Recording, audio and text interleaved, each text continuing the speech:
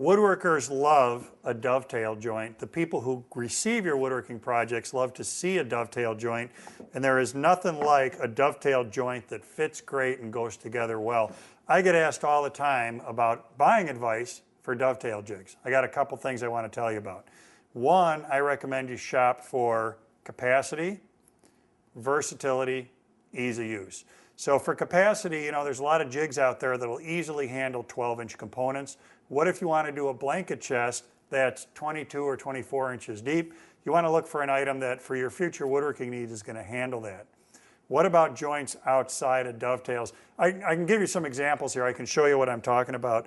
I've got a jig here that will let me cover these things that I'm telling you about. So for instance, on the capacity side, with this particular setup, I can make a storyboard or a layout board as wide as I want to. So it's a little bit unique in that I don't have a specific dovetail template I have to follow. This is what I'm going to follow. The way it comes together is that once you've got the board curved and this simple screw in here for a stop, I can place that against my target material that I'm going to be working on, get that firmly clamped in place. Then there's a corresponding pin in the dovetail jig that goes into that curve. So far, versatility, capacity, ability to control your own layout, great features that we've got covered here. Let's get a couple of tails cut on this piece.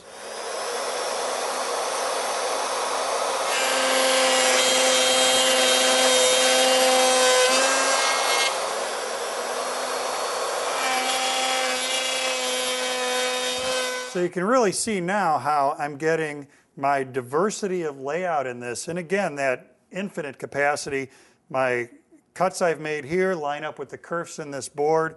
That provides the tail cuts I need on this one. Now with just a simple changeover, I'll be ready to do pins and sockets.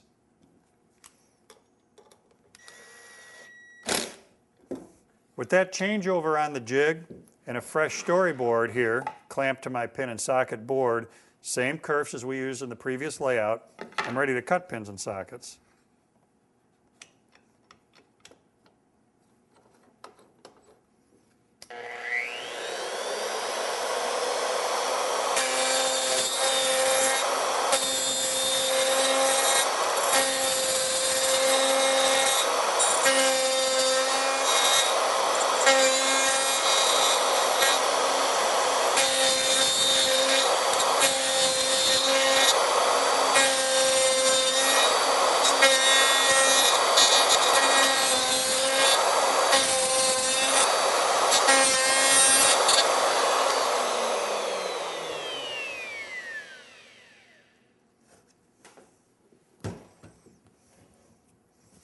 So that's the start of the formation of our pin and socket board here.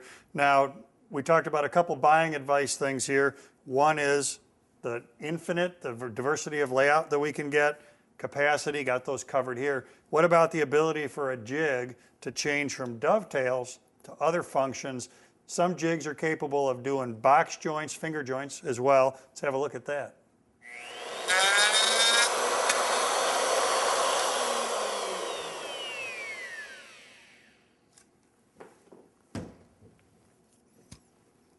Now, back to that versatility, with another change of the insert, I can cut both halves of a finger joint.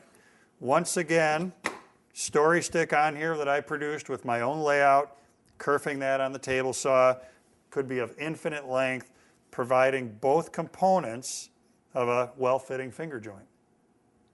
Now I'll show you another function we can manage here with another change of the insert.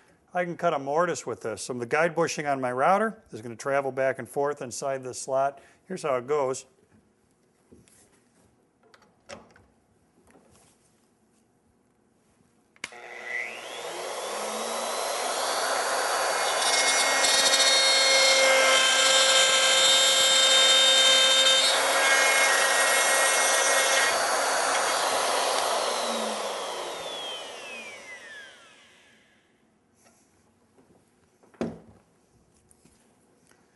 That provides the mortise. Now, one more function after this I can still show you. So once again, back to the storyboard that I can make with whatever layout I want. Now I can put this jig on, and I'm just going to use one side of that slot. Watch what I get.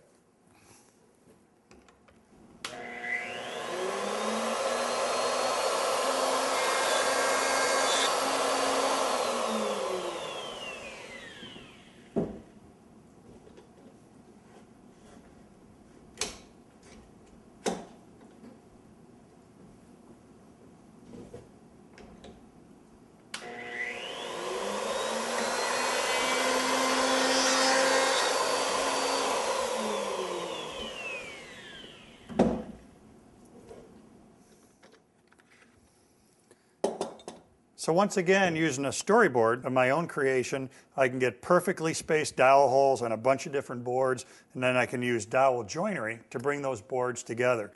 So let's go back to this buying advice idea, recommendations on dovetail jig shopping. Look for capacity.